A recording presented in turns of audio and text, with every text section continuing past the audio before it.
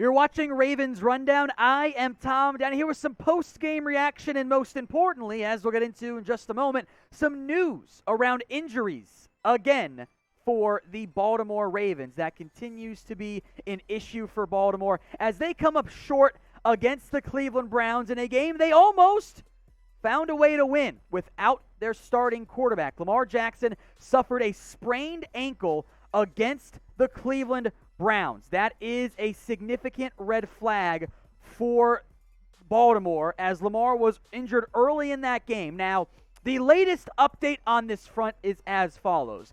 The true severity is not known. The Ravens currently think it is just a low ankle sprain, which would give him a chance, I think, of playing in next week's game for Baltimore. But there will be tests done on Monday once the Ravens get back to Baltimore to figure out just how significant this particular injury is. It is a big deal for Baltimore, and we will keep you guys updated on it right here at Ravens Rundown.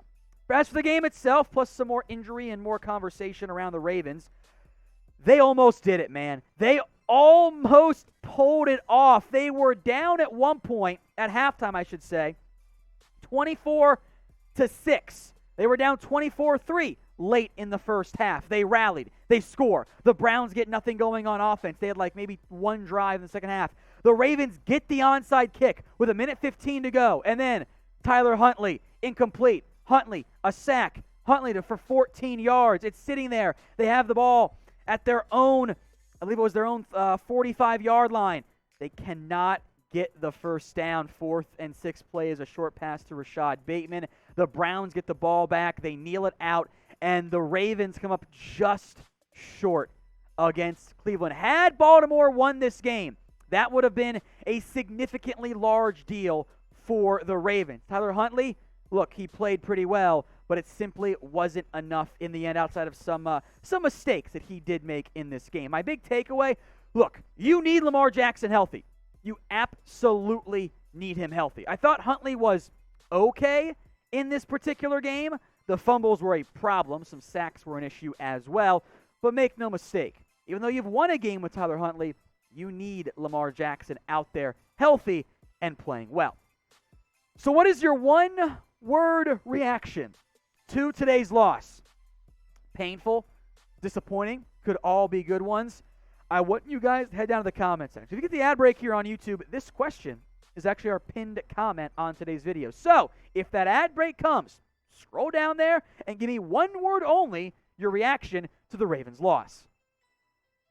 Maybe cursed is a good one because another injury involving Calais Campbell, a thigh injury against the Browns. The severity in terms of this one as well is not currently known at this point. It'll have to be monitored fairly closely, though, as we move forward throughout the week. So keep an eye on some midweek or even maybe Monday injury news for Calais Campbell. We'll try and do an injury video for you guys tomorrow as well.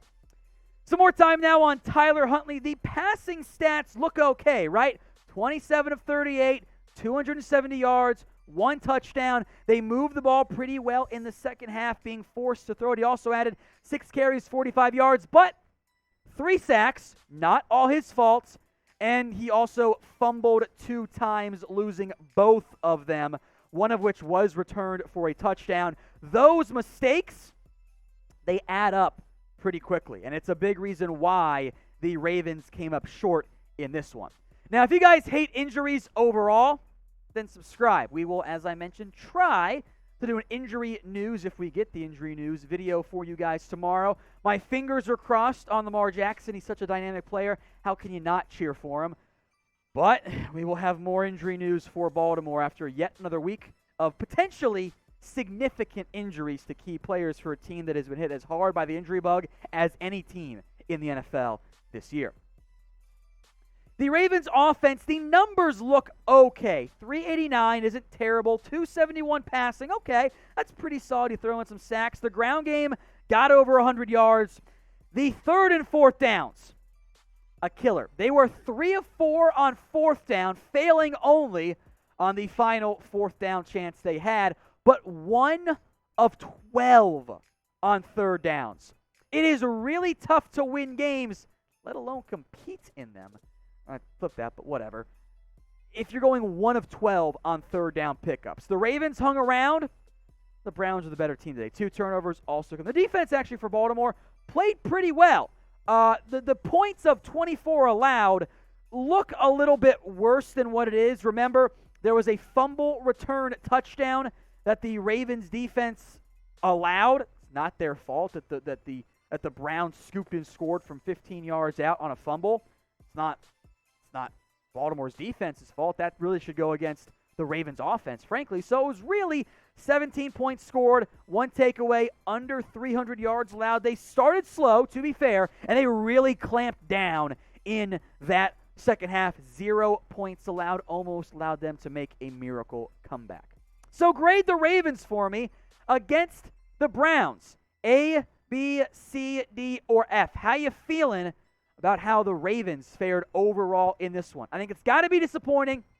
I think it's a C or lower, but I want to hear from you guys right now in the comments section. Now, I want to look ahead here to both the AFC and the AFC North, I should say, and the overall playoff picture. Now, as we sit right now, the Ravens have a half-game lead over the Cincinnati Bengals. That game, as we film this live, is at halftime with the Niners up 17-6. So it should be a 1-game lead for Baltimore over both the Bengals and the Browns, and then the Steelers doing their weird 500 lurking thing.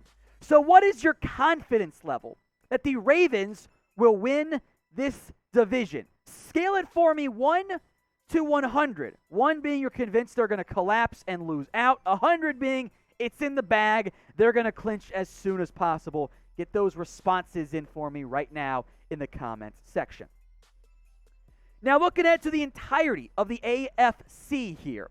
The Patriots, Titans, and Chiefs are all 9-4. It is incredible. The Ravens now a game back of that situation. Worth monitoring, worth keeping an eye out for. As we sit here again, right now live, looks like Denver and the Chargers will both win their football games, but the Bills are getting crushed by the Bucks. Chargers up by 20 in the third, Denver up by the same in the third, and the Bucks leading the Bills by 21 at halftime. The Ravens, though, got to take care of business because this schedule ain't easy. I think you're facing at minimum 2 playoff teams. Green Bay and LA are both going to make the postseason this year. Cincinnati, Pittsburgh, up in the air. Might come down to how the Ravens handle those 2 teams. I think you got to get to 10 wins at minimum if you are Baltimore. If you lose 3 of your next 4 and lose 4 of your last 5 down that stretch, including the Pittsburgh, 2 straight losses. So I should say, if you can't get right and win at least half of your games down the stretch, that's going to be an issue. The Ravens, it looked like just 2 weeks ago, were going to handle the AFC North. Now, not so fast. They have to start winning football games. Now, look, losses of a combined 3 points against the Browns, of course, this week, and the Steelers last week, isn't the end of the world. That should, in theory, kind of get itself right. But you got to do it on the field. And those injuries are beginning to mount. So the Ravens come up short against the Browns. I do want to shout out one other player real quick here that I forgot to mention earlier. Rashad Bateman. Look, Mark Andrews went for 11 for 115. That's great. Rashad Bateman got involved and good things happen. 8 targets, 7 catches, 103 yards. Get Rashad Bateman more involved. I don't care about Sammy Watkins. Bateman should be your number 2 outside receiver at worst. We will have more Ravens videos all season and off season long right here on a Ravens Rundown. So don't miss out on anything, including the injury news we'll get soon, hopefully good, on some key players for Baltimore. So hit that big red button and subscribe right now.